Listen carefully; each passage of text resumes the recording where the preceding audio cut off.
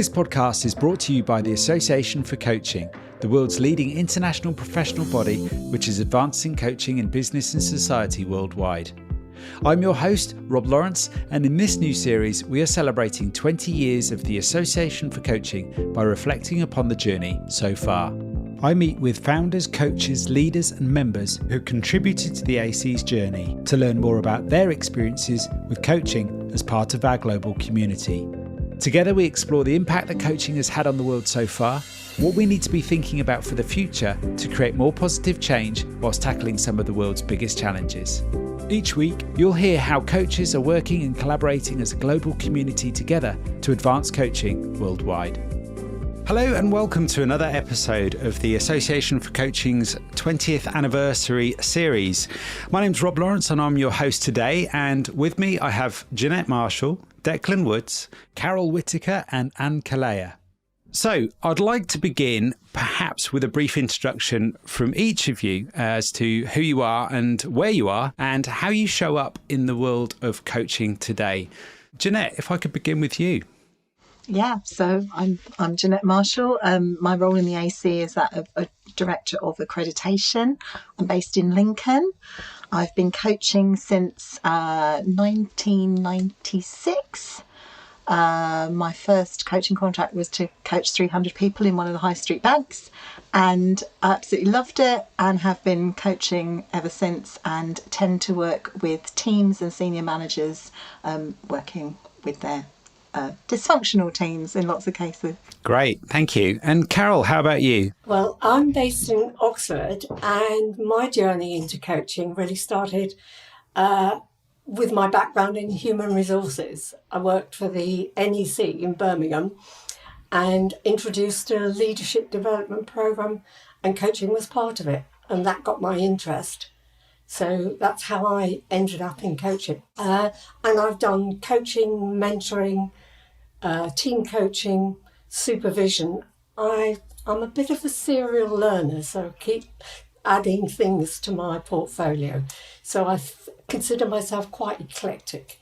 So at the moment, my clients are mainly one-to-one and mainly on cameras like this, which I'm slowly getting used to.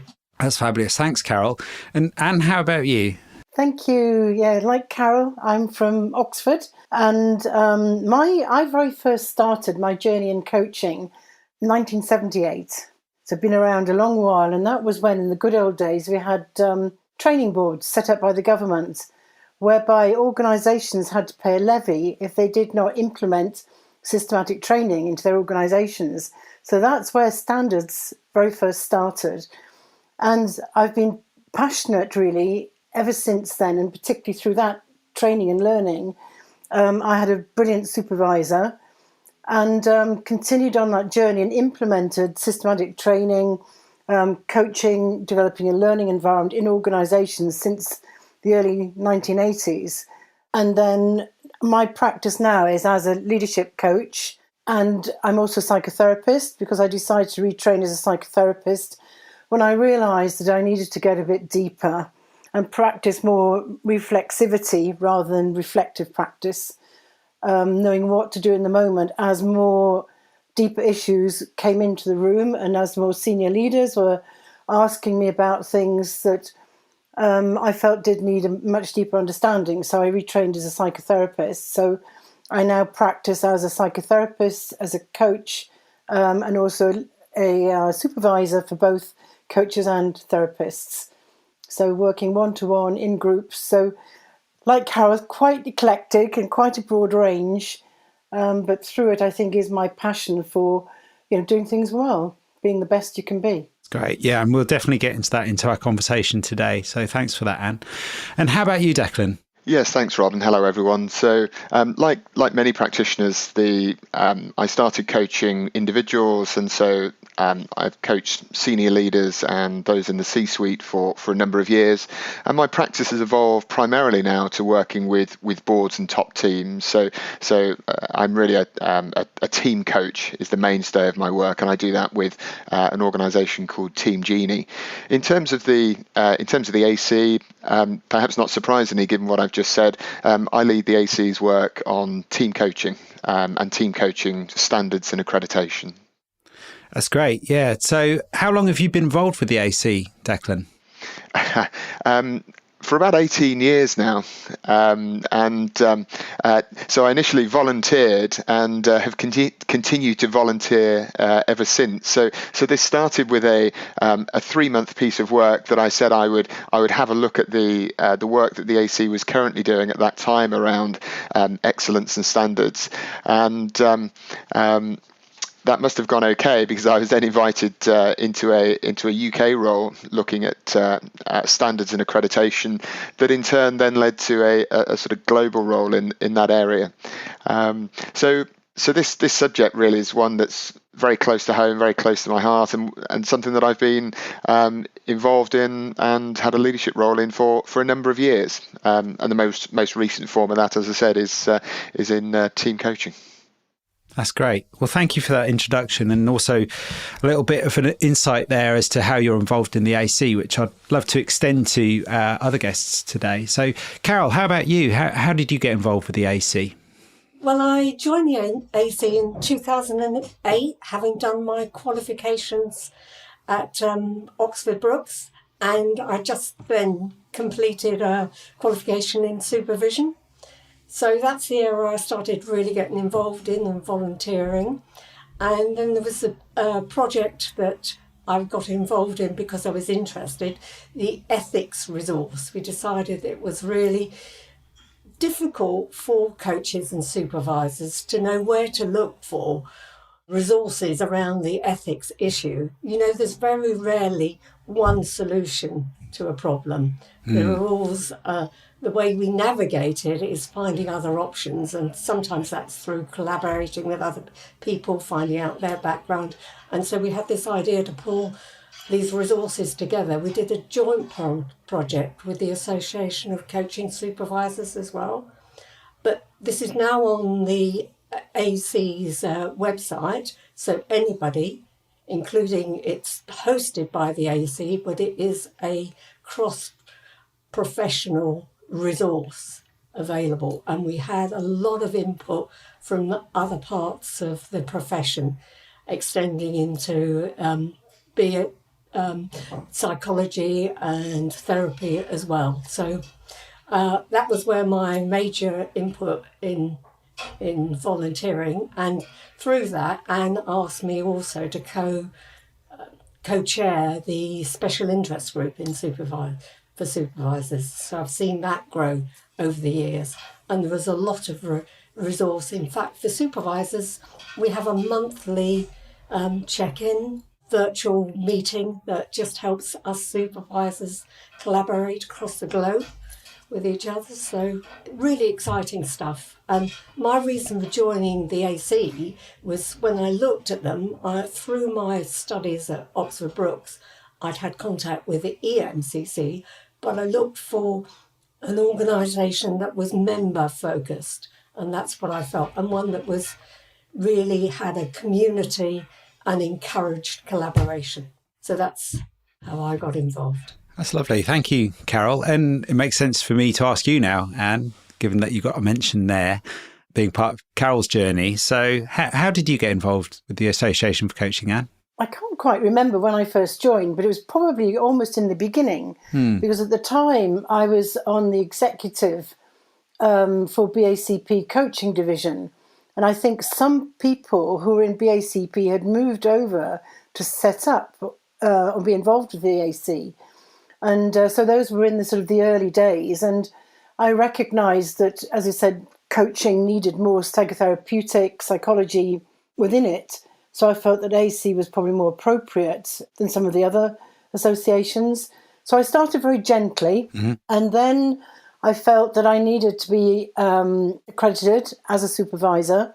And it was the time when AC didn't actually offer accreditation for supervisors.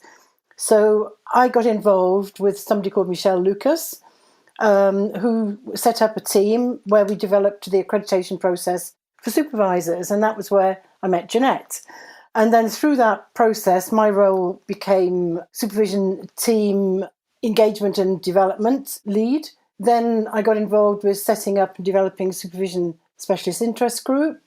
And that was about really collaborating with a group of people who were in this body of knowledge of supervision, very experienced people who could then contribute to supervision for the future. How could we contribute to the thinking of AC to really promote supervision within coaching? And then through that, it just grew and grew from sort of 3 people to now it's about 40 people. And I invited Carol to co-chair with me because, again, being role models for working collaboratively together. And then we rolled that out. And from that, we have then just handed over to somebody else and a new leadership team to take over that. So Carol and I have been able to really move on something which is actually very much a passion of mine, was bringing in how do we deal as supervisors with mental health when it appears in the room, but also how do we support coaches and what is our role within this and what is AC's position on this too. So that's a whole new initiative that we're launching. And then I think my tendency, as Jeannette knows, is that I tend to lead on quite a few initiatives. And as Carol mentioned, I set up the virtual meetup groups, which was pre-COVID. When COVID came along, the platform was already there. So fantastic. We were able to roll them out on a monthly, regular basis. And as I say, supervisors across the world join in. It's just a drop-in group, but people say it's really, really valuable and they can't do without it. So it's, I say my role in AC is just really reaching out and engaging with people and promote, best practice and standards in what we do. That's great. Thanks ever so much for sharing that, Anne. And Jeannette, what's your background and involvement with the AC? When did that begin? Well, I was a really early adopter of the AC. I think it had been going a couple of months when I joined. And quite quickly, a request came out, would somebody be interested in supporting the membership side of it? So I put my hand up and was really chuffed that I got an interview with Catherine. And she asked me if I would consider taking on the role, which I did. I was really thrilled to do that. I have to say, it was several years later before I discovered I was the only one who'd put my hand up to do the role. So that kind of took the shine off it ever so slightly.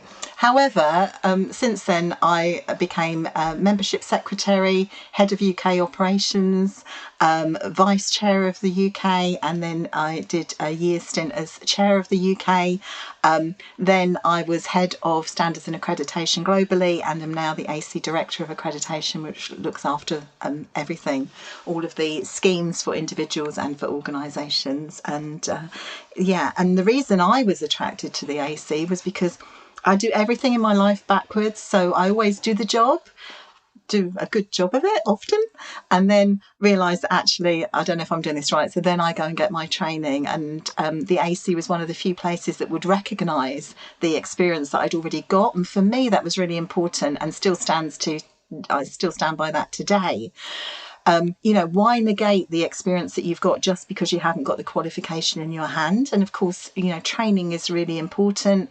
I'm passionate about raising standards. Ever since I dipped my toe in the water with coaching, I've been involved in recruiting and therefore assessing and supervising coaches for different organisations outside of the AC. So it was a natural progression that I should gravitate towards accreditation. And to be honest, Rob, I really can't understand why people find it boring or intimidating. I think it's fascinating. I think, it really brings to life what we're doing and the great work that Anne and Carol have done, particularly on the supervisor special interest group and the virtual supervisor meetups. Anne's quite right. I always say that Anne is, a couple of years ahead of her time with the ideas, and Carol's a great supporter of those initiatives that we have, and the AC is a really good place. Coaching can be lonely. It's a really good place to make really long-term relationships. And, I'm aware of coaches who've got together and collaborated to deliver really big coaching projects or supervision projects. There's the opportunity to write for some of the AC books, certainly for the magazine. We've got other special interest groups. We've got adult ADHD, which has been a real eye-opener for me, and how we can support our members who are working with clients, with neurodiversity. And also there's the inquiry and research. There's the group supervision experience calls where people can test that. All of these things can be found on the website. But for me, the draw was really because I think the AC is very warm and welcoming. I think it's very personable. And for me, it's much more about the people side as opposed to, ticking boxes for certain things. Yeah, that's great. Fascinating insight there from all of you. Thank you for those introductions and just a glimpse as to your stories in terms of how you've got involved with the AC. So, Jeannette, perhaps starting with you, I'm eager to explore what we mean by sort of standards, and we use the term excellence, and you've also already mentioned accreditation and supervision. Firstly, I'd love to ask you what these terms mean to you in the context of coaching, but also why you believe they're important. You began to touch upon it there, I appreciate, but I'd love to learn more about that. So basically, the AC accreditation schemes are built around the coaching competency framework. So there are 9 competencies that every coach needs to demonstrate if they're going for accreditation. And there are a further 3 if you're working in the executive or in the organisational environment. And for me, that combined with adherence to the code of ethics means that we are, a non-regulated industry. We would like to keep it that way. We would like to be self-regulating. And one of the best ways to do that, I think, is to set our own standards and abide by them. I think one of the advantages of the AC accreditation scheme is that you are assessed by your peers. So it's people who are working in your world who understand what the competences are and what they mean and adhere to the global code of ethics. The assessor teams for both individual coach accreditation and for supervisor accreditation are highly trained. They're experts in their own field. They have lots of experience that they bring in. And for me, it's just really important because I've seen other industries where they are not regulated and then that's been imposed on them, and what damage that actually does. I'd much rather be out in the forefront saying, this is our stake in the ground, this is what we believe to be true, these are the standards that we want people to adhere to. And actually, all of our programs are designed to be to give you some self-development. So it's not just a tick box. It's not just you get your badge at the end of it. You actually learn something. And the feedback we get from candidates going through is that it really helped inform their own coaching practice. So what better thing could you do so your clients actually get the benefit from you going through this process? That's great. I really appreciate that overview. I appreciate our listener may be new to coaching, maybe new to the Association for Coaching, and may not have an understanding of how that all fits together. So I really appreciate that overview. And would you like to add to that in terms of, I'd love to learn a little bit more about your interpretation of what we mean by excellence and standards from your point of view and with all of your experience, but also why you believe it's important in coaching today and has been important, because obviously you've been a bit of a pioneer in terms of raising those standards and maintaining and developing a level of professionalism in the industry. Quite a big question. So let me start, I think, in terms of sharing perhaps my fundamental values to do with my upbringing. Please. My father was a GP and my grandfather was a shipbuilder. So he built models of excellence around which ships were made and repaired. And he was also an inventor. And so as a child, I used to watch him do his carpentry and build these models to absolute perfection. And my father always used to say to me, if you're going to do something, do it properly. And he also said, and these were 2, great role models. And I was very, very lucky to have 2 very impressive, men in my life growing up. And, my father said to me, things will always go wrong and you've always got to take risks. But he said, just know that whatever you do, whatever decision you make it with the fullest of integrity and knowledge you have in that moment. And that, I think, for me is one of the precursors to what we call reflexivity, being reflexive in the moment when you're doing something. And, not that every coaching experience I have, or if I'm working as a psychotherapist, I'm not necessarily analysing in that detail, but I certainly think that I take the view of, let's diagnose, let's find out what the real issue is here. Let's ask the right questions, create a really safe space for people to be and to explore and to be held, building that trusting relationship with people. And then, with that trust and you kind of holding people in that safe space, they are then able to grow and be of their best. They know they can take calculated risks. And for me, those are just some of the fundamental values that I have, which are my precursor to doing things. And I think then working in industry in the very early days, you're pioneering coaching in business. And, people would often, this was my view, consultants would come in, do their bits, charge a lot of money, and then leave an organisation fairly stranded, not following things up. And there were years when a lot of things were implemented in organisations, new IT systems, etc. And I felt it was immoral, actually, for people to come in and sell their wares, charge a big price and come away and leave an organisation and individuals stranded. And so again, I think I started to say, if I'm going to do something, I'm going to do it with integrity. And if I'm not able to do it, then I'll know how to refer. And again, I think that is the fundamentals of coaching and, again, working in the therapeutic world, that it's about know your capability, know your competencies. And it's okay to say that if you spot something that needs further development, to talk about it and then decide on the appropriate course of action. And I think there is a lot of controversy around coaching and coaches around what is our return on investment. And I think a lot of coaches do probably feel that they are measured on their delivery, on quantity rather than the quality of the work that they do. So all of these things are, I hope I'm answering your question, are just fundamental to me and what I want to influence and engage people. And I think, as Jeannette said, I work with people, I work through people. I'm far better talking about things than writing things. And I'd much rather engage, talk, get people on board. And in that way, you influence in a much more collaborative and supportive way. You're not directing, you're allowing people to have choice, but to make choices based on fundamental criteria. So they can decide for themselves. And if people decide they don't want to go through a route of being accredited or part of a professional membership organisation, well, that's their choice.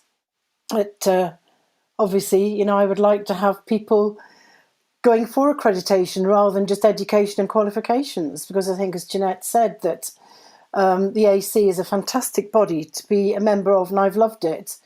As you can see, I've just somehow got drawn into various things. I work as a contributor and devote a lot of hours, to doing that. But, I enjoy it. That's great, Anne. And thank you for sharing that insight and background, your own background there in terms of like your values and where they have come from and how you are embodying those values, perhaps with your work with the AC and helping to help raise the standards for the AC and for coaching as well. Carol, what would you add to that in terms of your own interpretation of standards and evolving standards and why you feel they're important to supporting Anne with her work, of course? Yes, I think for me, this whole thing about striving for best practice, that excites me. And I'm conscious that, I don't know everything. I'm very collaborative by nature. So for me, the excellence comes in finding the best people who can either talk to me, and again, I'm quite practical. I like to have that conversation. So I've really enjoyed working with Anne and Jeannette and the others because I learn from them. And I think for me, excellence comes. I'm not sure that I ever get to excellence because there's always something changing. Also, today's excellence may not be fit for purpose for tomorrow.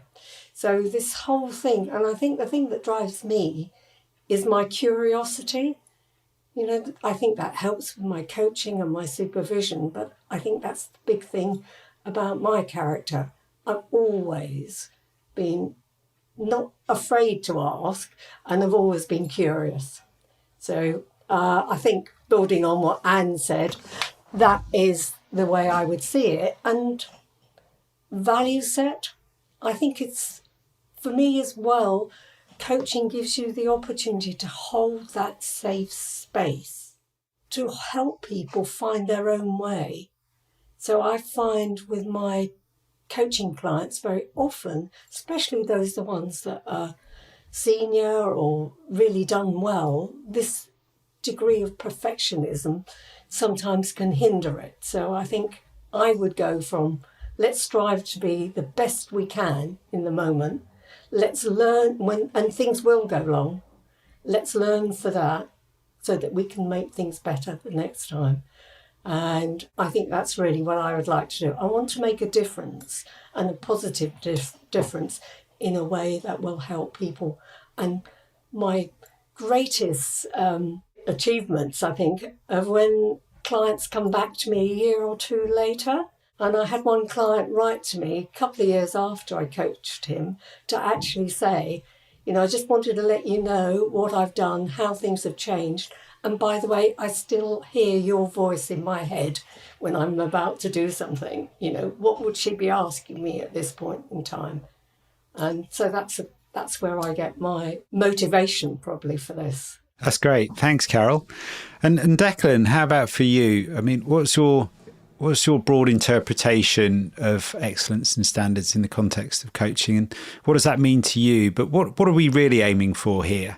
Yeah, I think I've probably got a two-part answer to that, Rob. One is that there's no such thing as perfect coaching, and so this is an imperfect science. And so for me, it's reflecting on the work that we've just done, thinking about how it's gone, what we can learn from that, and then striving to do better next time. I think particularly because our clients deserve it. Our coachees and the teams that we work with, I think they deserve great quality work. So to me, that's I guess there's a sort of a personal part of that, which is about being the best we can be, but then not carrying the sort of pressure of trying to do perfect work, but striving to do better. So I think that's part of it. I think another part of this links to something that Jeannette said earlier, that we're a self-regulated industry, and so I think it's incumbent on us to raise standards of practice and work. Because I think if we don't do that, then we'll be regulated by others in the way that some other types of work have been done. So, but to me, this is about it's also about fitness to practice. So coaching is a practical activity, and it's how do we practice that, and are we practicing within our ability in a way that both responds to what a client is asking for, but also is true to our own limitations around our sort of training and ability. So it's a number of things there, both at a sort of global practice level, but also at a sort of personal and more individual practice level. That's great. Thanks, Declan. And in terms of the 18 years experience that you were talking about earlier, and this fitness for purpose that you were talking about there, and also the fact that we are self-regulated as an industry.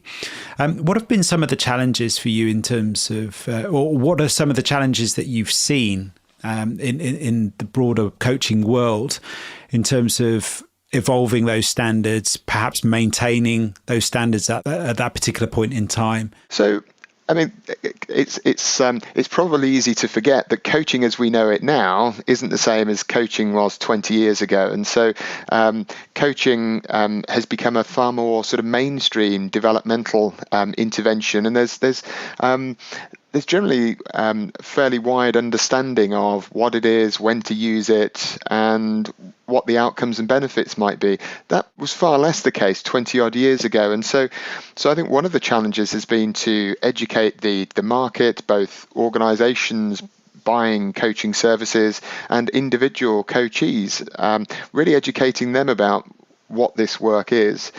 And I think it was a pretty confusing picture. And so I think part of the opportunity there was to bring some clarity to that mixed and confusing picture, so that clients and coachees could make a more informed choice about, is that something they want to engage with. So I'm pleased to say that there's been a lot of water under the bridge over the last sort of 20 odd years, and so as I say, coaching has become a pretty mainstream developmental intervention now. And that's still not the case for working with teams. So team coaching is still in its relative infancy. And so in some ways, there's a lag effect between work with teams and groups and work with individuals. And so there's a number of sort of parallel challenges with that, about clarifying terms and defining what we mean by it, about educating both our members as practitioners as well as those using these type of services. I think those have been some of the challenges. Maybe a more global challenge is the sheer number of people that identify as a coach. And so as I see it, we've got a couple of challenges. Those that are practicing but aren't necessarily a member of one of the main professional bodies. And so the challenge for us is, how do we encourage them into membership? And really, in the way that Carol was talking about earlier, offer them something that's of benefit to them and their work with clients. And then once they've moved into membership, how do we encourage them into train in the way that Anne was talking about earlier, and then from that training then seek to become accredited. So we've got this sort of ring donut model of those that are practicing but not in membership, then those that are in membership and that we want to encourage to become accredited, as Jeannette was saying earlier, really to develop their craft and their work. So I think that has been a challenge and continues to remain a challenge. That's great. Thanks, Declan. That's a really revealing insight, or a set of insights there, in terms of some of the challenges around what we're talking about here today. So, Jeannette, would you like to build on that from a community and from an association point of view? Definitely. And it's really interesting because to build on what Declan has said there, the challenge is often people have a fear about accreditation. It takes them back to school and passing exams and, perhaps not doing very well. And ironically, some of the qualities that make us very good coaches don't necessarily lend us to being very good in kind of form filling or writing or things like that. Anne's already expressed earlier that she's a great people engager, maybe not so much on the written stuff. I disagree with that. I think that's a self-limiting belief, but there you go. I think it's really important. So I think part of our role is to take away some of that mystery around that and some of those falsehoods around what accreditation actually is. And certainly within the AC, we're working really hard to engage with members who might find it more difficult. So just to throw in an example, we recently had a client who was dyslexic and who really struggled with the application. And so what we actually did, and we didn't find this out until they were quite a way down the route, so unfortunately there had been a bit of a struggle on their behalf. And when we gave the feedback, it came up that they were dyslexic. So we offered them the opportunity to record their answers about how they met. Oh my goodness, what a difference that made for the client. You could get the passion, you could get the complete understanding of the competencies and how they use it. And you could hear that in the recording. It was a joy for the assessor to assess because you've got the real person. We don't have the luxury of being in the room when that's happening, but you could certainly hear it from that conversation from the applicant, which was brilliant. And we're working now on more visual models on how we can bring some of the documentation to life with videos or checklists or all sorts of things we're looking at. And I think it's really important that we embrace the whole process as being holistic. We are not looking for a perfection, but we are looking for a level of awareness in the people coming through. And I'm really proud to say that, from Declan's days in leading accreditation and for the support that Anne and Carol and many of the other supervisors have put into those schemes, I think we've got a scheme that we can be really proud of. And I would like to shout that from the rooftops in terms of getting more people on board to be accredited, because the benefit is for you as a coach. You learn so much more about how you are. And I can still remember doing mine, and to this day, there's little voice in my head going, oh, you haven't done that, or you didn't do that as well as you could have done. So I think it is that reflexivity and that learning and constant raising the bar. I think to add to that, what I love about your example there, Jeannette, was that it really underlines one of the design principles that runs across all the different accreditation schemes, whether it's individual coaching or whether it's coaching supervision, around inclusivity, and a practical approach to including people and recognizing that coaching comes in a wide variety of different shapes and forms, much in the way that our coaching clients do. And so I think that was a really good example of adapting some of our processes and systems to include people as part of this. I was just going to build on what Jeannette has said about accreditation, but I also think there's a wider thing. We really have to shout from the rooftops how useful to both the coach or the supervisor, and obviously the supervisor knows it, the value of supervision and reflection. And I know I've done a certain amount of work, written a couple of books with Michelle Lucas, who was mentioned earlier, and David Clutterbuck and a couple of other people. And we've really looked at this whole thing about reflective practice. What is it? How can you stimulate it? And not just writing down, using creative means to make it more accessible. And my belief is that actually reflective practice should be something that organisations are grasping and helping their managers and leaders do.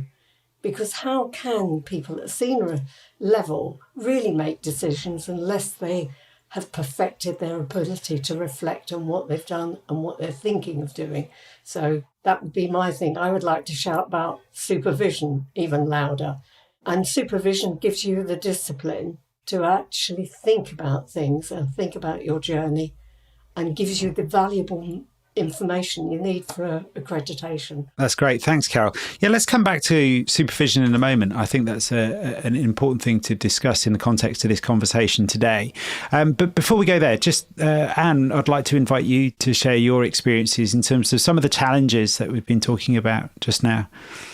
Thank you. I was sitting there listening. There's just so much, and it was actually wonderful the way in which, Declan, you said about coaching has changed in the last 20 years, and you're taking me back to the very, very early days when, for many, coaching was seen as performance management, and you only got a coach if you needed to improve. And that's perhaps where there was quite a stigma to it. People saying, I'm good, I don't need a coach. And suddenly, I think the mindset has changed, whereby now, talent, promoting, developing has become much more at the forefront. And so there has been a shift there, although some organisations and some individuals I still feel that coaching is because they've done something wrong and they need to improve. And a lot of the original coaching was set around sports coaching, so it was very task-directed rather than developmental. So it's been lovely to see those shifts. And so for me, I still think the challenges are about promoting, as we've said, reflexive practice, and particularly promoting supervision, because I don't think there's still not a great take-up for supervision. And I know that obviously within the AC, when you go for your, you can be a member, but are those members, are they having supervision? It'll only be when they go for accreditation that they do need to have it. And I still wonder what the uptake of supervision is after accreditation. And this is a concern. And also the take-up for supervisors themselves to be accredited. Many supervisors are very experienced. They go through their education, their qualifications, and through many different training schools and various universities. So people say they're accredited, but actually there's a big difference between being a member of an alumni at a university or on a particular course than being accredited through a professional body. And although it's not regulated, there is something different about that inclusivity and also the standards. And I think, as you say, the internal regulation by peers. So I think there's still an awful lot of work to be done there between what is the difference between education, qualifications and accreditation. Maybe, I know there's been a lot of talk, do we need to change the name supervision? because I think people still think it is about auditing or performance management and not a collaborative process. And language is important. And particularly if, leaders, they say, well, why do I need to be supervised? I am supervisor. Yeah. But, who do they talk to? And it is lonely at the top. So, there is a lot there to develop. And then from my angle and the work that we're promoting now is about, we don't want to train coaches or supervisors as therapists, but certainly we need to have a certain amount of integrity whereby how do we work with a client, and particularly through the pandemic and through mental health awareness is now being raised, and organisations have far more now in terms of mental health awareness, that the AC really does need to develop and promote awareness of what to do and what is the role of a coach and a supervisor when those issues come into the room. So it's fabulous that we're getting an initiative on the way, and we hope we'll be in the forefront of yet another thing that the AC is doing. May I stick with you for a moment there, Anne, and enlighten our listener as to what we mean by supervision? I appreciate that there may be an opportunity in the future to maybe redefine that or relabel it. As we stand here in sort of 2022, what do we mean by supervision? And perhaps in the context of our conversation today around excellence and standards, why is supervision, or why do you believe supervision is important as part of a coach's practice? For me, one is that also perhaps personality type. I do like to collaborate. I like to talk things through. And working on your own is quite scary. And it was really when I was working with some very vulnerable young people years ago through a youth training scheme, young adults, and then moving into psychotherapy as well, where supervision is mandatory. I really, really appreciated the value of it because there was a lot of risk. And I wrote down earlier saying, actually, the more I developed and the more I knew, the more I realised I didn't know. And I think that's something that is just really important to have with a supervisor. And a supervisor actually supervision is a collaborative process. I have 3 different supervisors, and I choose them from different modalities. They have different angles, different perspectives. Sometimes I can share the same thing with all 3, and then I get 3 sometimes quite different views. So it just helps me to be ahead, to develop, to, I like to take pride that in what I do, that I am going to offer the best I can possibly offer. Again, we're never a perfectionist, but I do like to be able to think I can bring wisdom, an impartial view, and, ask the right questions. Just so it's not saying whether somebody's doing something right or wrong. There isn't that. It's about developing new ways of doing things, creating new approaches, bringing new ideas. And I see supervision having, 3 fundamental areas, which is, fit to practice, due diligence. And I think that comes from particularly my clinical kind of training and upbringing, but also personal development. And then also being, restorative practices for the individual themselves. Very often I will take to my supervisors times when I do feel that I've got a very challenging case, or I'm being sort of niggled by something, or irritated by something a client has said, and or if I feel I'm getting overtired or something not quite sure how to handle, I'll take all sorts. And it's just really nice to have that collaborative, equal conversation with a peer. That's great. Thanks, Anne. Declan, maybe I could hand the mic over to you just to sort of build on that in terms of your own experience with supervision. And also, I'm a little curious as to how that may or may not be showing up in the world of team coaching right now. I think that's a really relevant question, Rob. But maybe before I answer that question, I'd just like to underline a point that both Jeannette and Anne made, which is which is around some hesitancy to either engage in supervision or to work towards becoming accredited. I mean, we've talked a number of times on this call about there's no such thing as perfect coaching. And actually the coaches that show up and present some imperfect work where there have been some bumps along the way and where they can show that they've reflected and learned from it and then applied that learning to better coaching make for some wonderful application. So really I'm saying this as an encouragement, not to be put off by it, but to engage with it, because I think we'll come out of it through being better coaches.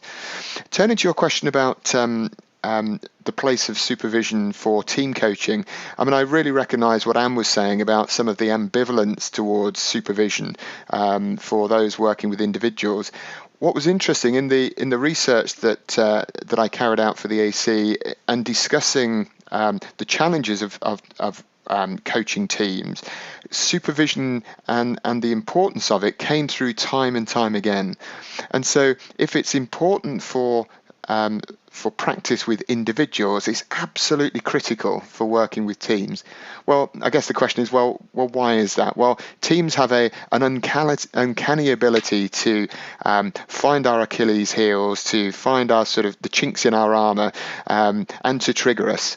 And sometimes we're aware of those, and sometimes we're not. And so we respond to that in the moment with teams. And so using supervision to identify what our triggers might be and to think about how we might respond if we are triggered can be a really valuable use of supervision, as can be how do we show up and work with our presence and make deliberate use of our presence in holding and containing and working with a team, and how might we make more use of self. So understanding what's going on for me, understanding what might be going on for a team, and the interplay between those two things. So this is all the artistry of working with teams, and so there's some great topics there to take into supervision.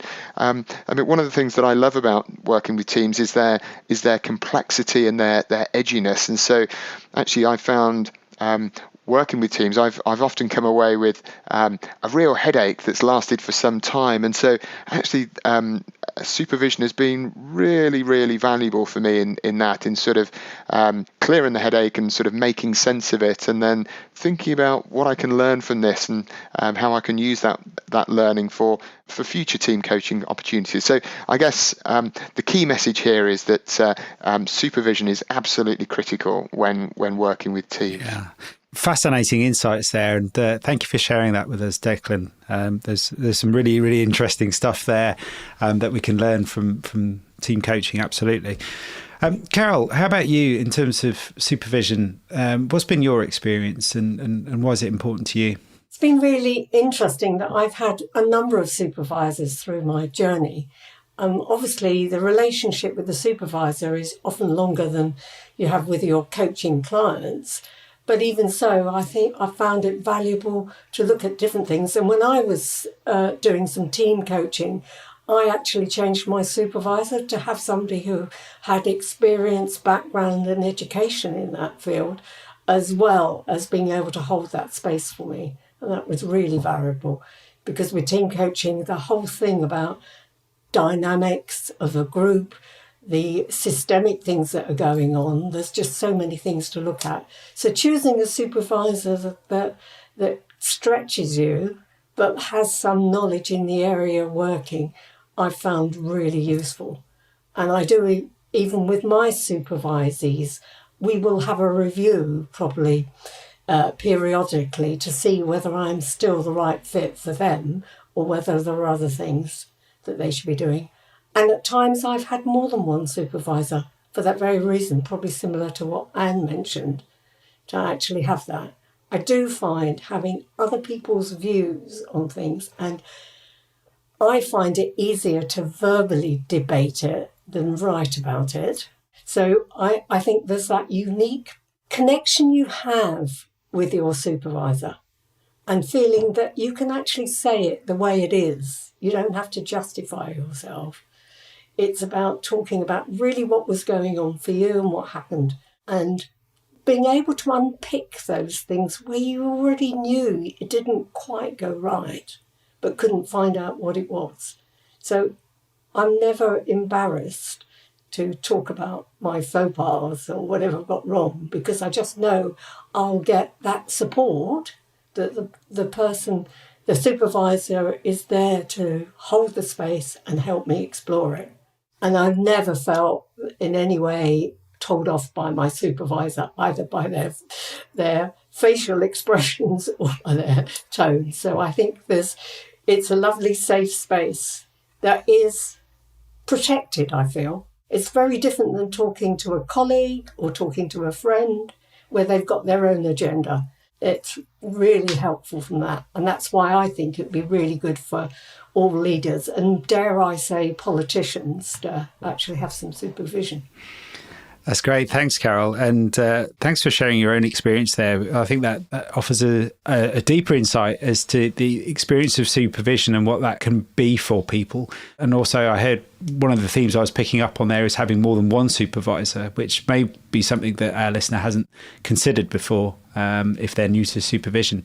Jeannette, I'd just like to modify the question just slightly for you. So I'd be interested in terms of your own exposure and experience, how the AC supports what we're talking about here in terms of raising standards and aspiring to higher standards, but how we support supervision and supervisors from a coaching point of view. Yeah, and that's a really good question. I think it's something that one of the many things that the AC does really well. So in the same way that our members are from all walks of life and they've had very different experiences before they became coaches and came to the AC as members, equally our supervisors do. So, and we embrace that. We encourage people from different backgrounds. So we have 2 supervision schemes, one for coach supervisors and one for supervisors who might be psychotherapists or counsellors but are working with coaches. So there are 2 strands to that. So in that way, we embrace people with a broad background and broad experience to come through. I think it's really important also to, whilst Anne and Carol have given some really good examples of, how you can find it to be a safe space, I think it's not to be underestimated. You can also bring your successes there. Sometimes, when a client turns up for supervision and they go, I don't know what I'm going to talk about, when you start to unpick what they're doing well, is really fulfilling for the supervisee, and also it can build their confidence. And there's always the parallel process that's going on. We learn as much from our clients, when we're coaching them. Certainly, I'm sure it's the same in supervision. You learn just as much from your supervisees about, and Carol's nodding there at me. So I think it's really important. And, we have the ethics resource for supervisors, which Carol's already touched on, which we're really proud of. That helps support supervisors. We have the virtual drop-in group. We recognise, perhaps for supervisors it's perhaps a more lonely place even than it is for coaches working independently. And, as coaching expands, we've got all the cultural differences. AC is a global organisation. Supervision, the word, as we've already said, does not mean the same thing. It has different connotations in different languages. There are some lovely derivatives of it. So the super-vision makes a difference to how that is perceived. And certainly I'd agree with having more than one supervisor is really beneficial. And I can still think of very early on, one of the supervisors I had the absolute ability to really get me so that the hairs would stand up on the back of my neck. And I think this person really understands me, and not because they're agreeing with everything, but they have the ability to tell me where I can do better and where am I selling myself short and where am I completely oblivious to what's actually going on in the room. I'm going in this direction and my client's over here. And I think supervision is really important to do that. And I think the AC is really good at supporting that. And very early on, we decided that had to be part of, the baseline for our accreditation schemes. No more so than Declan's already touched on with team coaching. It's imperative. That's fabulous. Thank you for sharing that, Jeannette. Declan.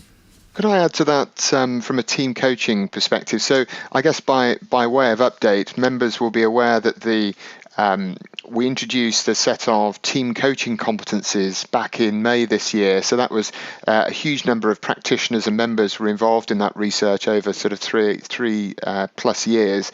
So those were launched in May this year and are on the AC's website. We're in the final stages and on the lead up to launching the Team Coach Accreditation Scheme in December. So that's not too far away. And so I mentioned that both by way of update, but also your original question was about support available to members. And so I wanted to flag that there'll be a whole series of communications coming out to members about the Team Coaching Accreditation Scheme and a number of calls that really we would encourage members to sign up for, dial into and ask and answer their questions that they might have about it. Really exciting to be at this stage with that, and we're getting close to launch of that in just a few weeks' time. That's great. Well, you've prompted me to continue the theme there. So may I ask you, Anne, in terms of the additional support that's available out there for our listener to perhaps go and have a look at, because that's obviously something that's changed in the last 20 years. Obviously, we've got some way to go, which will be my next question. But in terms of today, where can our listener find out more in terms of the support that's available to them? Through AC, it's building really on what Jeannette and Declan have already said. We have the virtual drop-in groups. They are for supervisors to meet up. So it's the first Friday of every month, 10 o'clock in the morning. You can go onto the website and find that. And that's an emergent group. People come, they turn up with whatever. It's a really supportive group. We also have the Supervision Special Interest Group, which we've just handed over to a new leadership team. People can get in touch, I guess you'd say get in touch with Jeannette if people want to be part of that group. And what we do is, when people come forward and like to be part of that group, we want to be inclusive, but we also want to make sure that it is, I think one of our standards is that it isn't about self-promotion. And that's something that has always been, has always run through that, is that people come to contribute, share ideas and build that body of knowledge and looking into the future and future strategy, which can inform AC on its future, whether AC decides to take on board what we say, that's up to them. But I think it's about, it is a member benefit. And so people come along and we develop that collegiate way of working, and also to contribute their knowledge to each other and share ideas. And as I say, that is now being developed into the mental health and wellbeing special interest group. We've now got a group who are collaborating. We've got a core team now of about 10 people, haven't we, Carol?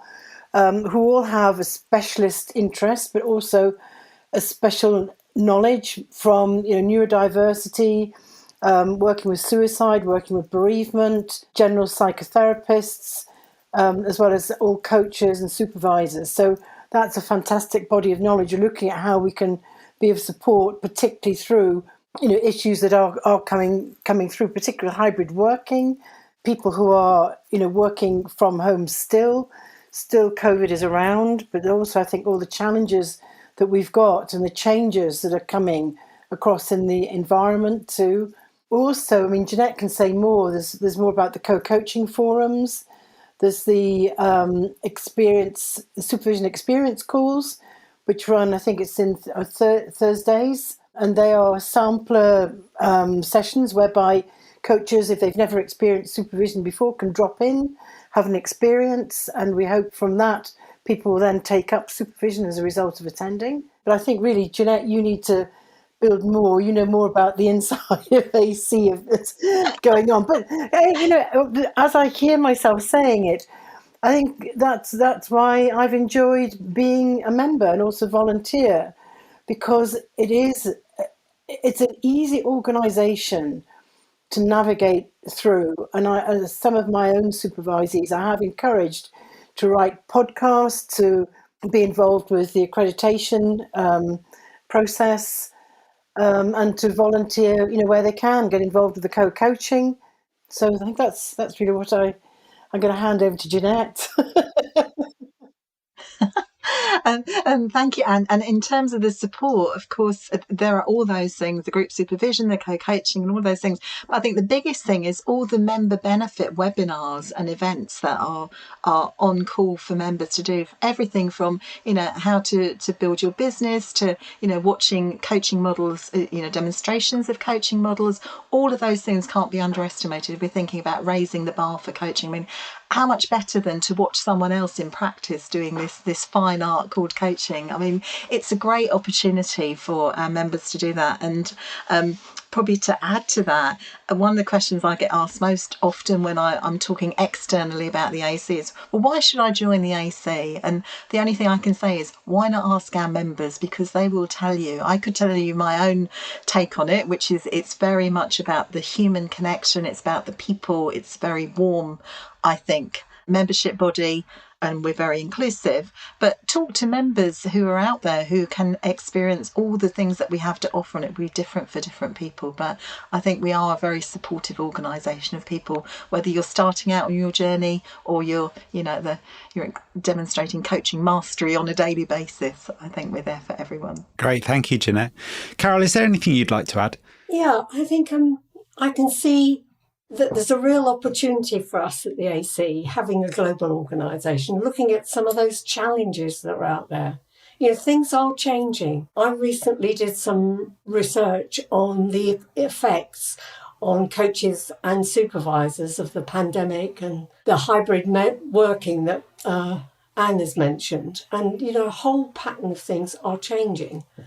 And the only query I've got in my mind is how we step back a little bit and make sure, coaching initially was very much a Western model. How do we have this evolve into something that is more global and inclusive? And I think, given what Jeannette said about the AC, we are very collaborative. And that nature helps us maybe explore that. So those are the things that I see a challenge, is really how do we deal with the different patterns of working that are there and all the things that are out there, climate change, Black Lives Matter, cost of living, which is a world problem at the moment, all of those things. Conflict, there's lots of places around the world where there's conflict. How do we help humanity move forward in a positive way? And the use of technology, which I personally, probably is my age, find quite challenging, but there's real opportunities there in making things more accessible. So to build on what Carol was saying, one of the things we're also really proud of in the AC is that we can actually assess in different languages. There isn't an expectation you have to submit in English.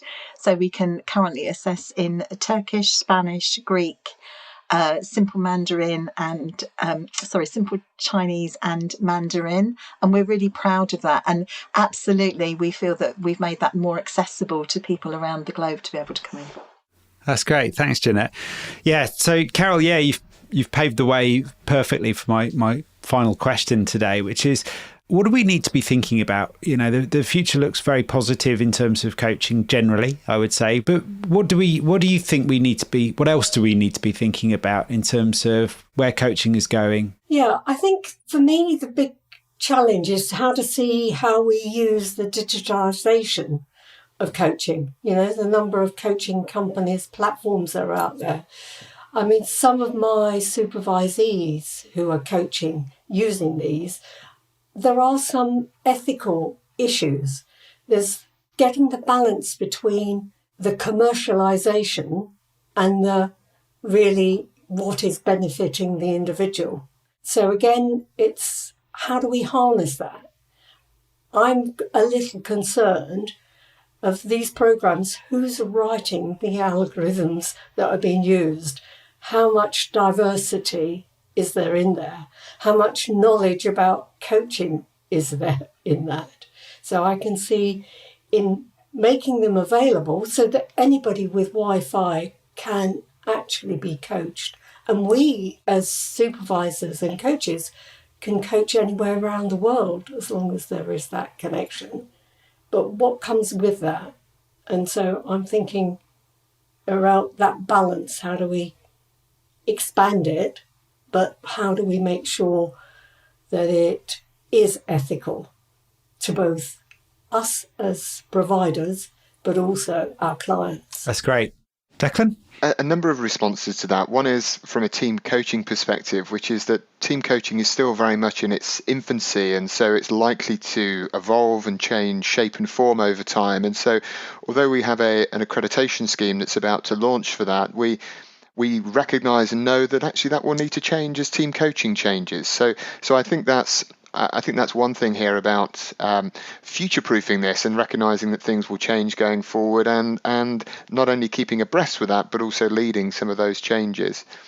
I think maybe the second part of my answer links to what Carol was saying about it's easy to assume that coaching, whether it's individuals or teams, is the same through a single lens. So team coaching in the UK might be very different from that in, say, Romania or in Rwanda, for example.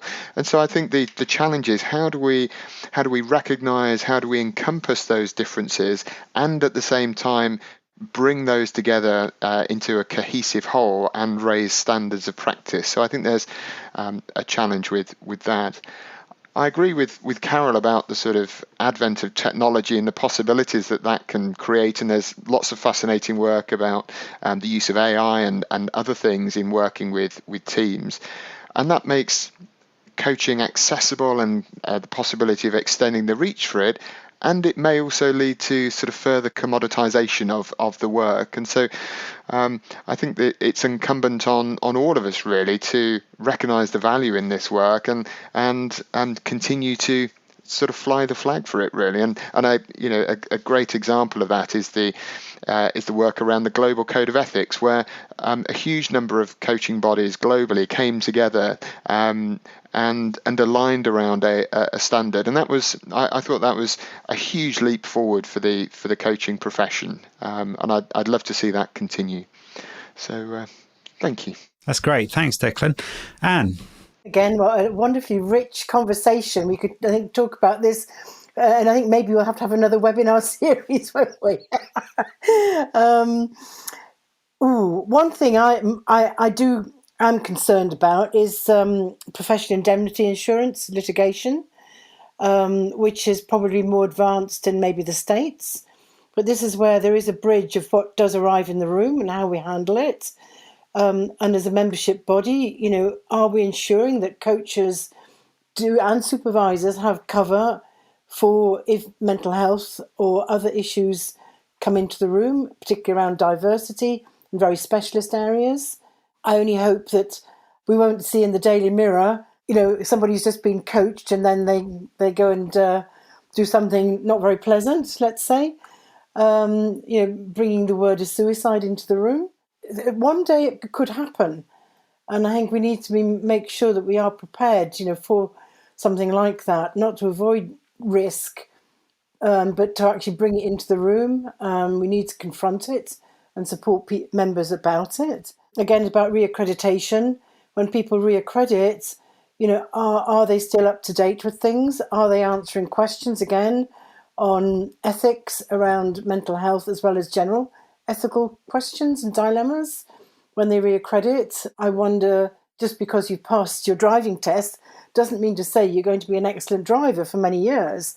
And how can you leap from driving a car to a van to a lorry? It takes practice as you develop. You maybe have to go into your advanced driving or your HGV license. So given that sort of metaphor, I think there's also, it's about ethical marketing. I think I raised it earlier about, no matter how you market yourself, can you deliver what you're saying you deliver? And again, is that ethical? Also in terms of fees that are charged. And I think something that's been happening more recently for me is I've always had a written contract, whether it's for individuals or organisations, but also for supervision. And I was really surprised that fairly recently a supervisee said to me, "Oh, you mean you've got an agreement? I have to contract with you for supervision services?" Yes. And so I have quite a long supervision agreement where people need to think through what they want from supervision, what our roles are, expectations. So contracting is really, really important.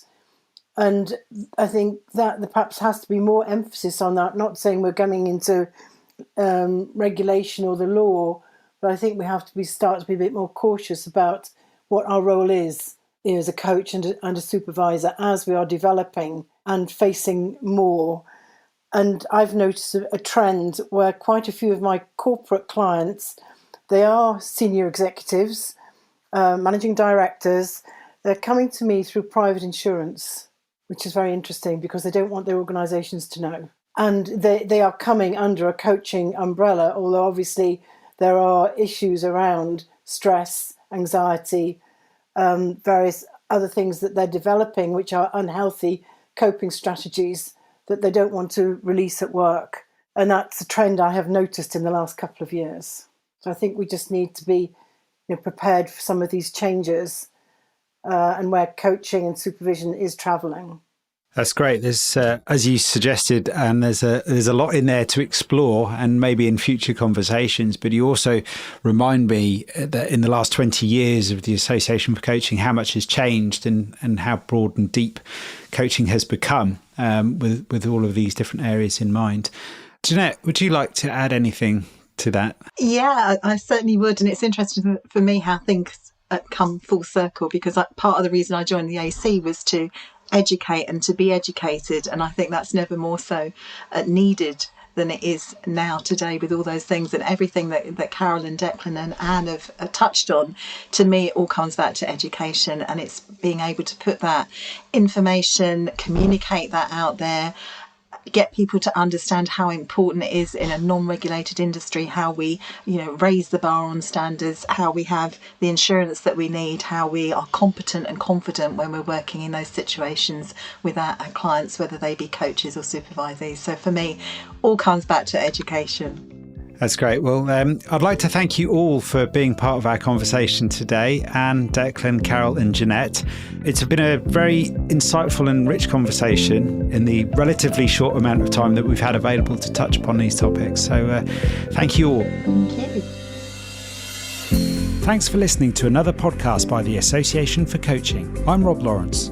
For 20 years, the AC's purpose has been to inspire and champion coaching excellence, advance the coaching profession, and make a sustainable difference to individuals, organisations, and societies worldwide. To find out more about the Association for Coaching and our member benefits, follow us on LinkedIn or explore our website at associationforcoaching.com.